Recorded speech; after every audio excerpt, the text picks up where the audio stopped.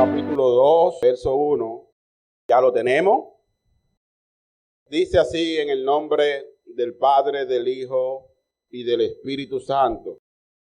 Y Él os dio vida a vosotros cuando estabais muertos en vuestros delitos y pecados, en los cuales anduvisteis en otro tiempo, siguiendo la corriente de este mundo, conforme al príncipe de la potestad del aire, el espíritu que ahora opera en los hijos de desobediencia, entre los cuales también todos nosotros vivimos en otro tiempo en los deseos de nuestra carne, haciendo la voluntad de la carne y de los pensamientos, y éramos por naturaleza hijos de ira, lo mismo que los demás. Pero Dios,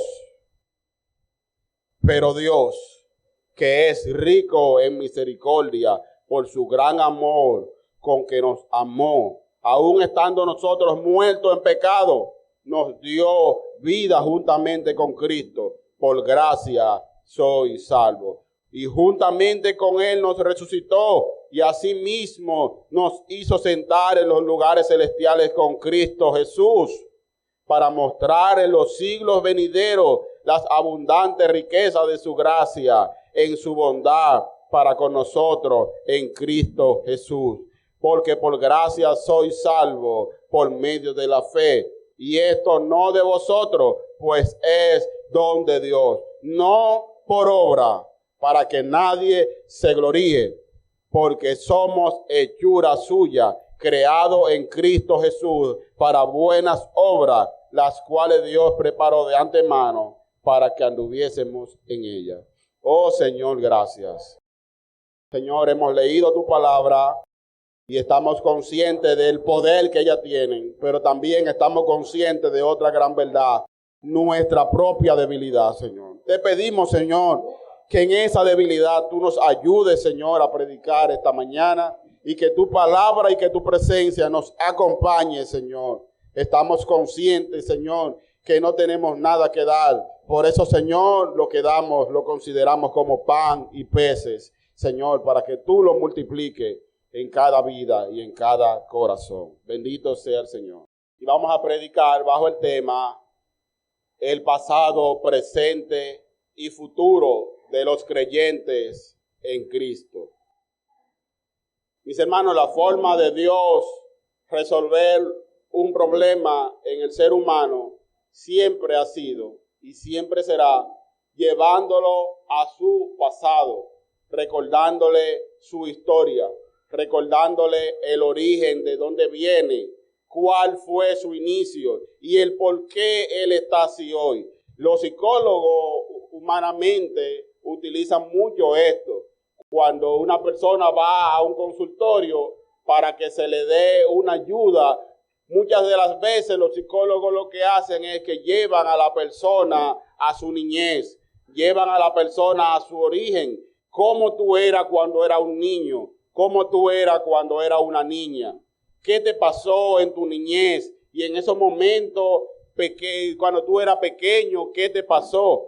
Y los psicólogos utilizan este medio y este método para examinar la problemática del ser humano. Sin embargo, Dios no nos lleva a nuestra niñez. Dios nos lleva mucho antes de que nosotros naciéramos, nos lleva a Edén, hacia nuestro pecado, hacia nuestra maldad. El origen de nuestra maldad responde a ese pecado que cometieron nuestros primeros padres. Luego que el apóstol Pablo nos muestra todas las grandes bendiciones, en el capítulo 1, el apóstol Pablo nos dice que somos herederos, que Él nos eligió, que nos adoptó, que nos aceptó. También nos dice que Él ha hecho una herencia y ha preparado para nosotros, que nos ha revelado el misterio. Y también nos dice que estamos sellados con la presencia del Espíritu Santo en nuestras vidas. Luego el apóstol Pablo no solamente quiere que nosotros sepamos eso, sino que también lo comprendamos. Y es por eso que él hace la oración de la que estuvimos hablando la semana pasada. El apóstol Pablo ora ardientemente, sin cesar. ¿Para qué? Para que los creyentes puedan entender y comprender y puedan tener un espíritu de sabiduría y de conocimiento en la cruz de nuestro amado y Salvador Jesucristo.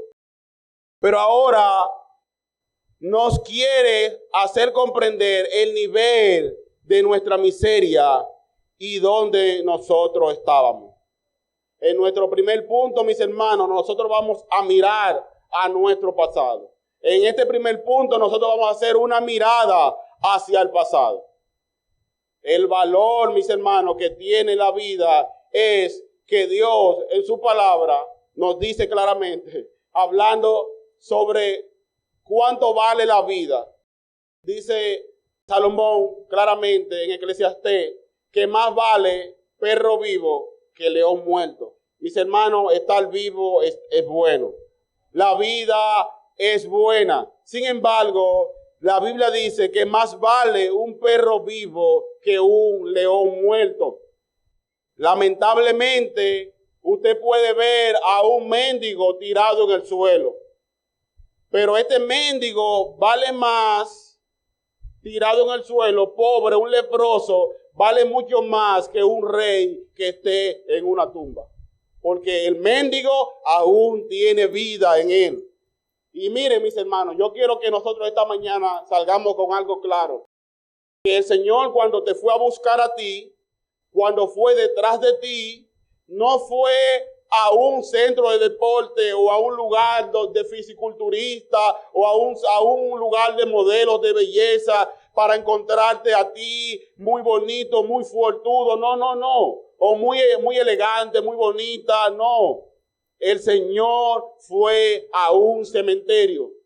Porque lamentablemente la descripción que la Biblia dice de ti y que la Biblia dice de mí es que estábamos muertos.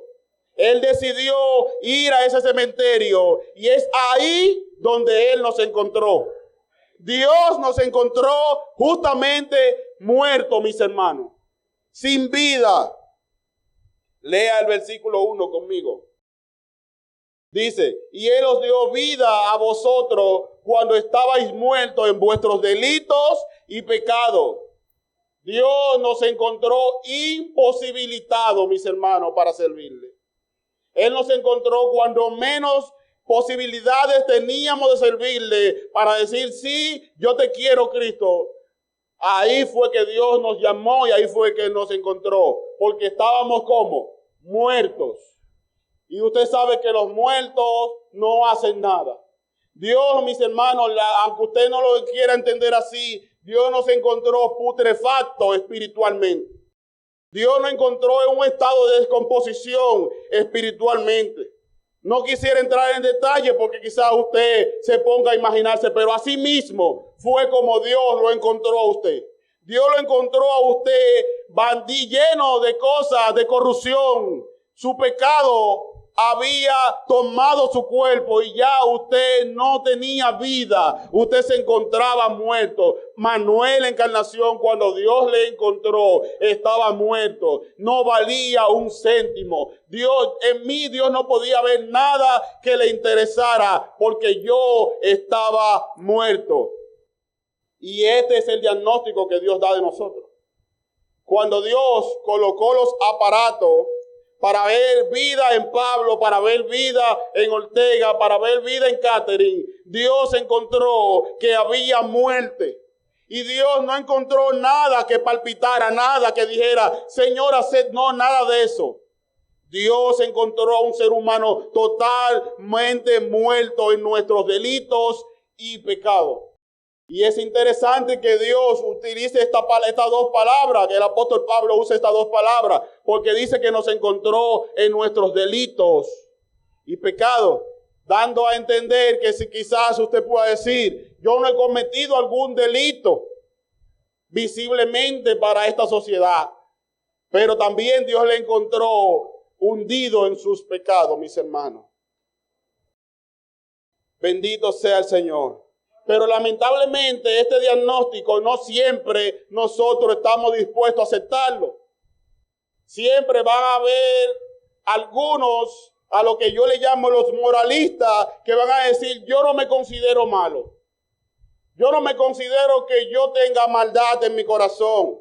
Si supiera que yo guardo la ley, yo guardo los mandamientos, yo guardo todas las leyes de mi país. Yo no me considero una persona mala. Tengo un buen comportamiento en mi sociedad. No le hago mal a nadie. Usted no ha encontrado gente así que dice, no, yo no tengo que convertirme porque ¿cuáles son mis pecados? Yo no fumo, yo no bebo, yo no robo, yo no mato. Yo soy una persona decentemente, se comporta de manera decente en la sociedad.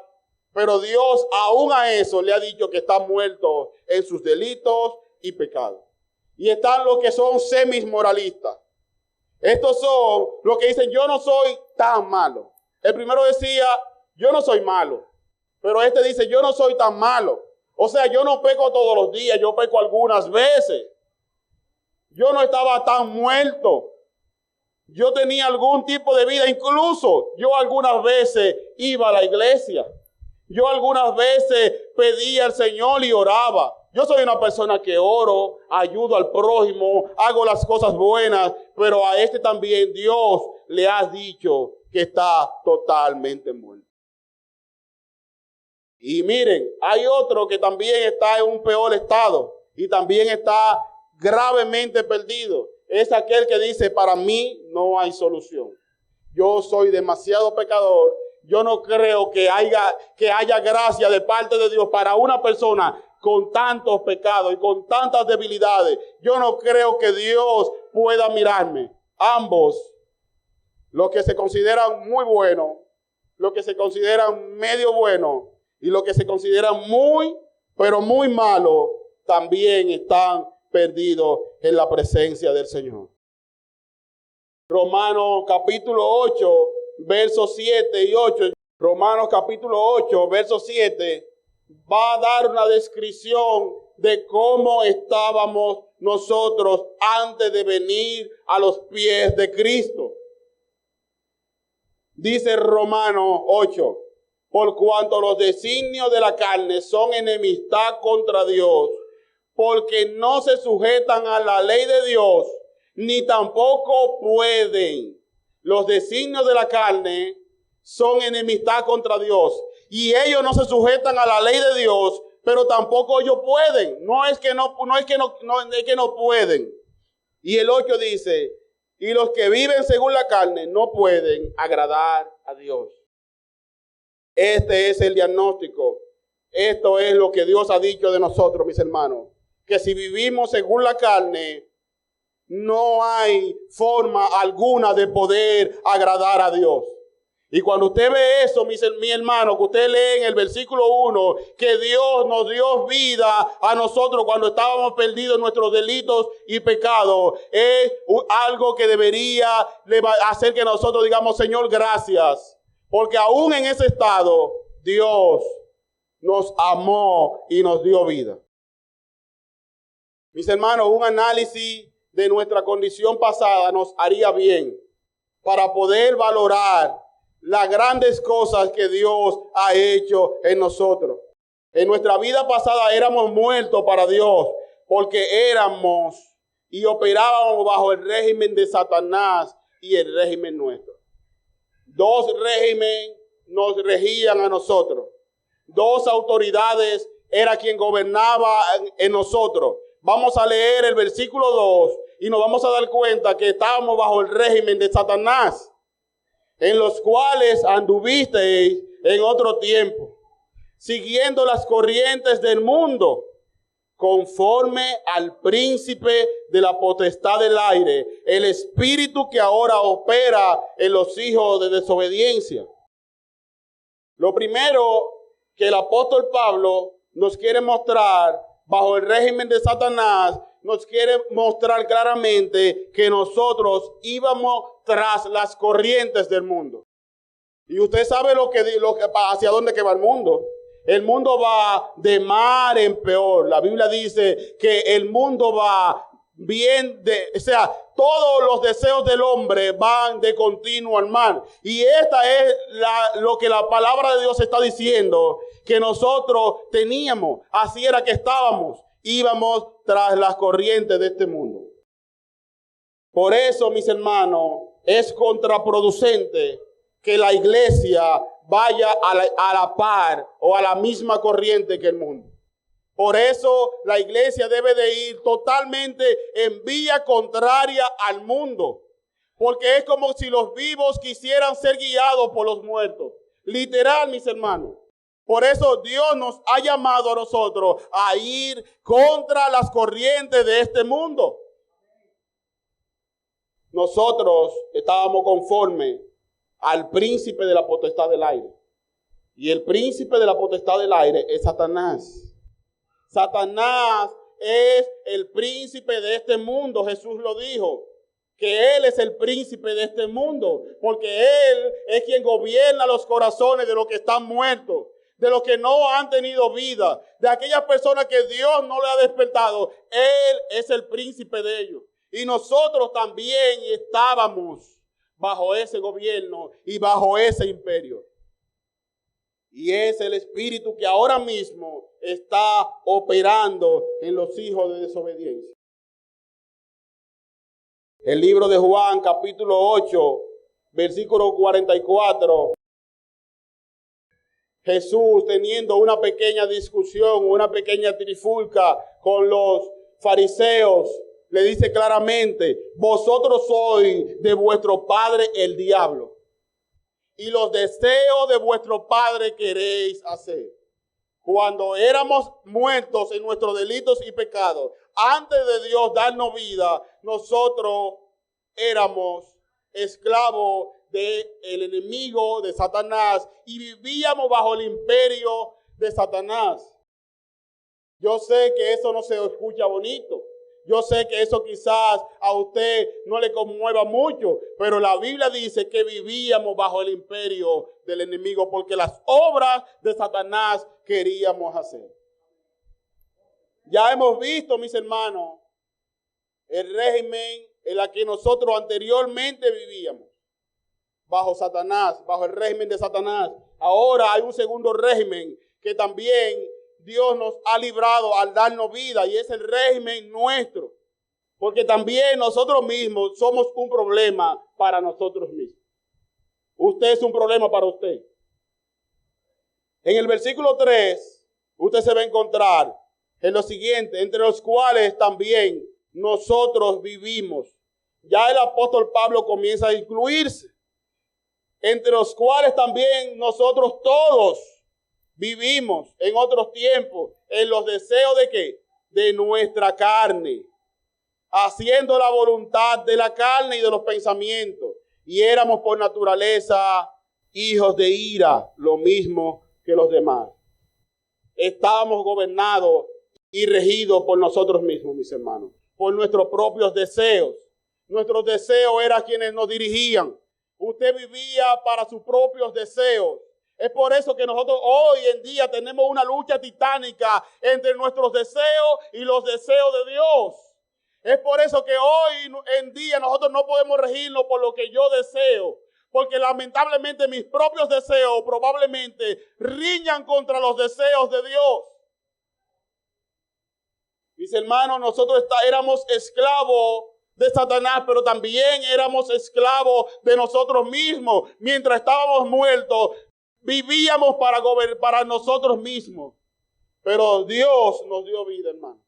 Fíjense que ya entre el versículo 2 y el versículo 3, el apóstol utiliza dos términos: vosotros en el 2, pero en el 3 él dice nosotros.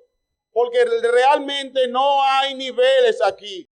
Aquí no hay niveles entre el predicador, el pastor y los que están allá abajo y los miembros. No. Todos estábamos muertos en nuestros delitos y pecados. Y Él a todos nos ha dado vida, hermano. Por eso el apóstol Pablo se incluye. Y es interesante que el apóstol Pablo se incluya, porque en Filipenses capítulo 3, versículo 6, él dice que él era irreprensiblemente a la ley. Pablo no se le podía llamar a la atención en cuanto a la ley, era irreprensible. O sea, Pablo era una persona que no se le podía medir por sus cumplimientos visuales, porque todos los cumplía. Ahí, aún así, el apóstol Pablo está diciendo que él estaba muerto y que vivía para sus propios deseos. La descripción final, mis hermanos, entre el versículo 2 y el versículo 3 es que éramos hijos de desobediencia, número 1. Y número 2, éramos por naturaleza hijos de ira. ¿Y por qué Dios está tan interesado en que usted y yo sepamos estas cosas? ¿Por qué a Dios le preocupa que usted entienda su nivel de pecado de donde Dios lo tuvo que sacar a usted? ¿Por qué Dios está interesado en decirle que usted estaba muerto en sus propios delitos y en sus propios pecados? Porque nadie valorará la magnitud de la gracia si no sabe la magnitud de sus pecados. Nadie podrá comprender todo lo que Dios ha hecho para con él en Cristo Jesús si también no sabe todo la magnitud de sus pecados, mis hermanos. Y Dios está interesado en que usted sepa que usted estaba perdido, que usted estaba muerto, porque solamente así usted valorará la vida.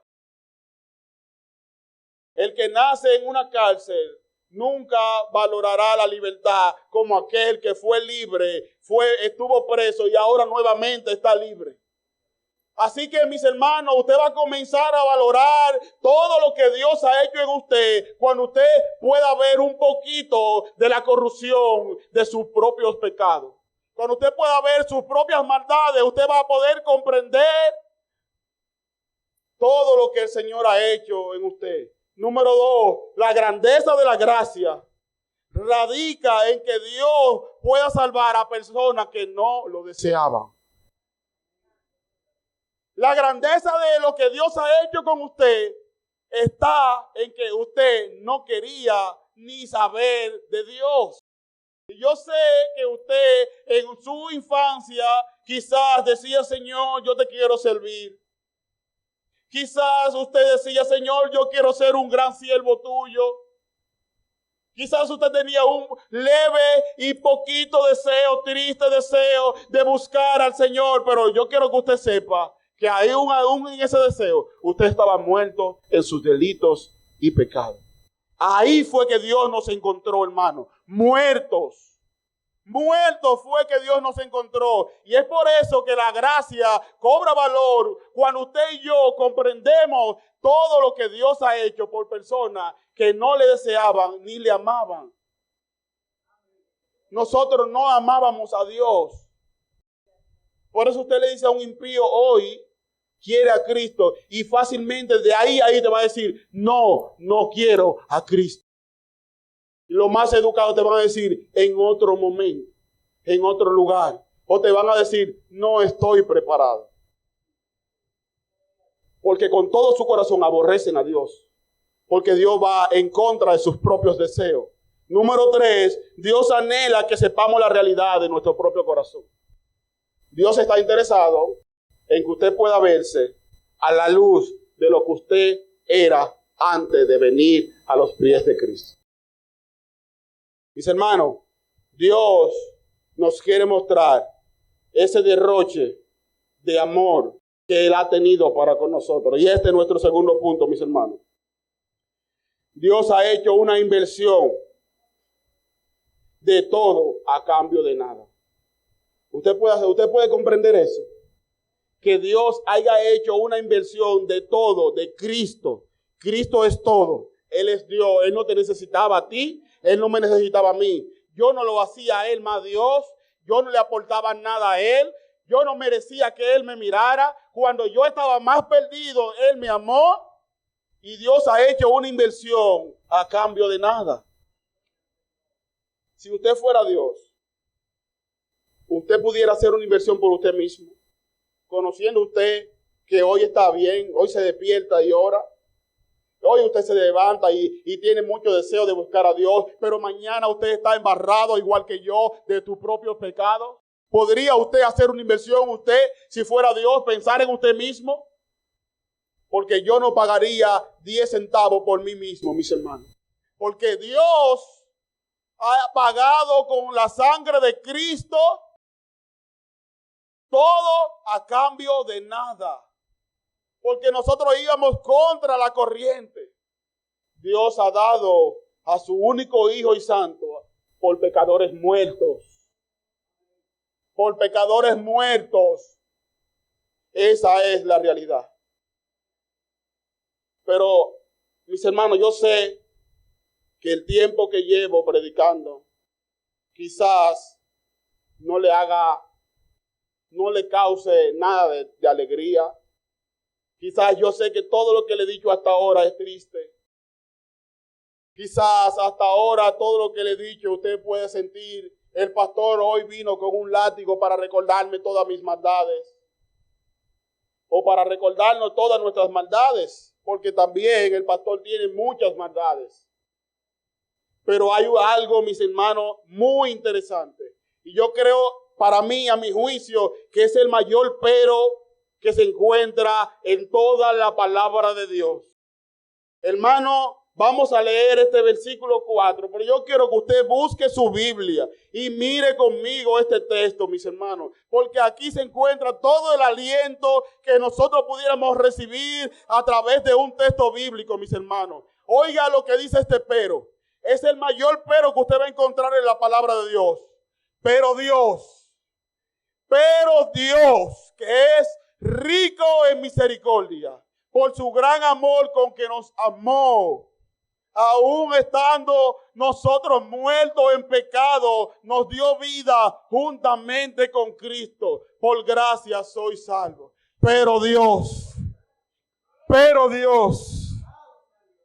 mis hermanos, este es el mayor pero. Gracias a Dios por este pero. Porque si esto no se hubiera ahí, tuviéramos muerto aún, mis hermanos. Pero Dios, oh Señor, ¿cómo tú puedes mirar a un hombre perdido, a un muerto que no valía nada? ¿Cómo tú puedes mirarlo, Jesús? ¿Cómo tú puedes dar tu vida a cambio de mí? Pero Dios, que es rico en misericordia y por su gran amor. Mis hermanos, Él conociéndote a ti, así como te ve, así Él conociéndote, Él sabía, Él te conocía, Él vio tus maldades, Él vio tus debilidades, pero Dios, oh gloria a Dios, pero Dios, que es rico en misericordia, mis hermanos. Y lo interesante es que Pablo quiere que tú y yo entendamos que no era que estábamos agonizando y Él pasó por ahí y lo llamamos, no. Mire lo que dice el versículo 5. Aún estando nosotros muertos en nuestros pecados. Fue ahí que Él los miró. Aún estando muertos, mis hermanos. Toda la iniciativa de la salvación del hombre la ha iniciado Dios y la va a terminar Dios. Él fue el que inició tu llamado. Gloria al Señor. Dios pagó por ti cuando menos tú valías. La muerte de Cristo no se produjo cuando tú dijiste, oh Cristo, ven a mí. Yo te amo con todo mi corazón. No. La muerte de Cristo se produjo cuando tú estabas muerto en tus propios delitos y pecados. Yo quiero que usted busque conmigo el libro de Romanos, capítulo 5, verso 6. Dice así, porque Cristo, cuando aún éramos débiles, a su tiempo murió por los impíos, cuando aún éramos débiles. El verso 8 dice, mas Dios muestra su amor para con nosotros, en que siendo aún pecadores, Cristo murió por nosotros. Y el versículo 10 es hacia donde yo le dirijo, hermano. Porque si siendo enemigos, fuimos reconciliados con Dios por la muerte de su Hijo, mucho más, estando reconciliados, seremos salvos por su vida. ¿Usted puede comprender esto? Hermano, mire, cuando usted era enemigo de Dios, Él pagó todo por usted. ¿Cuánto más Él lo va a hacer ahora que ya usted está vivo en Cristo Jesús? Si cuando usted no valía nada, cuando usted estaba muerto en pecado, ahí Dios le amó. ¿Qué Dios no está dispuesto a hacer por usted ahora que ya usted tiene el precio de la sangre de su Hijo? Oh, aleluya. ¿Cuánto Dios no podría hacer por ti, hermano? El verso 6 del capítulo 2 de Efesios nos viene a decir que hemos resucitado y que estamos vivos para Dios. Y juntamente con Él nos resucitó. Y asimismo nos hizo sentar en los lugares celestiales con Cristo Jesús. Mi hermano, yo le quiero narrar qué fue lo que pasó.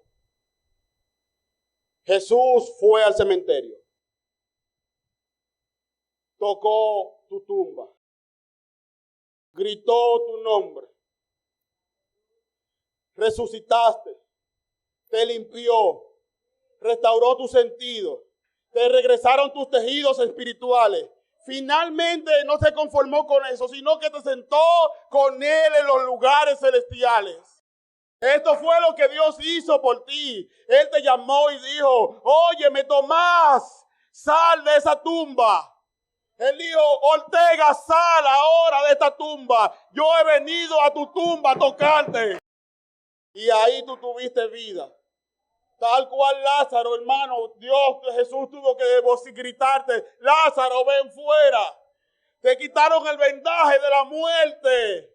Y ahora tú tienes vida. Hoy tú tienes carne, tienes vida, tienes tendones. Porque Cristo te llamó un día frente a tu tumba y te dijo, ven fuera, hijo amado, porque quiero darte vida y vida en abundancia. Y nos sentó con Él en los lugares celestiales. Ahora, yo sé que usted debe de estar preguntándose, ¿por qué Dios ha hecho esto conmigo? Si es verdad lo que la Biblia dice, que yo era tan pecador y que yo merecía tan poco, ¿por qué Dios ha decidido hacer esto conmigo? ¿Qué gana Dios? ¿Cuál es la ganancia de Dios? ¿Cuál es la meta, Georgie, que Dios persigue con haberte salvado y haberte despertado? ¿Qué es lo que Dios está buscando? En el versículo 7 nos da un poquito de luz para mostrar en los siglos venideros la abundante riqueza de su gracia en su bondad para con nosotros en Cristo Jesús. Mi hermano, de una manera que tú y yo hoy no vamos a poder comprender, Dios ha querido mostrar las abundantes riquezas en personas que no valían nada. Su gloria Él ha querido mostrar en debilidad. Él no ha querido llamar a ángeles perfectos para que muestren su gloria en esta tierra. Él ha llamado pecadores muertos que no tenían ni un solo latido en su propio corazón. Él ha querido llamarlos para mostrar su propia gloria. Y qué miserable, hermano, de nosotros. Qué pena que lo único que le toca a Dios de toda esta inversión, aún así se la queremos quitar. Y es su gloria. Qué pena, hermano, que Dios ha hecho una inversión. Él ha pagado todo para que nosotros le devolvamos una migaja de la ganancia de su propia inversión, que es la gloria que nosotros podemos atribuirle a Él. Y aún así, nosotros queremos despojar a Dios de su propia gloria. Dios ha decidido mostrar su gloria en personas incapaces, hermano. Pero nosotros debemos atribuirle a Él toda la gloria de lo que Él ha hecho con nosotros. Dios ha mostrado su gloria en nosotros y debemos atribuirle a Él toda la gloria. Yo quisiera que el lenguaje de cuando yo acepté a Cristo, de yo busqué al Señor, de yo era una persona buena que buscaba, no, ese lenguaje hay que apartarlo, porque ese lenguaje no es el que la Biblia muestra. La Biblia muestra que Él nos buscó a nosotros, que nosotros éramos malos y perversos, y que Dios no estaba sentado esperándonos a nosotros, no. Él vino detrás de nosotros. Ahora, en los últimos 3 versículos, el apóstol Pablo quiere despojarnos a nosotros de toda grandeza y quiere despojarnos a nosotros de toda idea que nos haga pensar que esta salvación tan grande tiene algo que ver con nosotros. Dios no está interesado en que tú creas que tú has sido salvo, que Dios te salvó porque tú hayas hecho algo. Él está interesado en que tú creas fielmente en esta mañana que todo lo que tú has hecho y has recibido ha sido porque Dios así lo ha querido. Vamos a leer el verso 8. En este glorioso despojo quiero cerrar con esto. Porque por gracia soy salvo por medio de la fe. Y esto no de vosotros, pues es don de Dios. Aquí viene el punto. No por obra, para que nadie se gloríe. No por obra, para que nadie se gloríe. Porque somos hechura suya, creado en Cristo Jesús, para buena obra, las cuales Dios preparó de antemano para que anduviésemos en ella. Por gracia somos salvos, hermano. Por gracia. ¿Usted sabe lo que significa la gracia? Félix, la gracia es un regalo inmerecido. Usted no la merecía, téngala. Por gracia soy salvo. Y no es por obra. Es lo interesante de esto, mi hermano. Que el hecho de que Félix y yo y Eliezer y Berta, por ejemplo, y Isael y cualquiera de ustedes nos matemos aquí haciendo 1500 cosas. No estamos pagando nada de nuestra salvación. No por obra para que nadie se gloríe. Hermano, yo le quiero que usted sepa, que esté consciente que usted no está pagando ningún precio. No, aquí pagando el precio. No. Usted no ha pagado ningún precio. El precio fue pagado una vez en la cruz del Calvario por usted y por mí.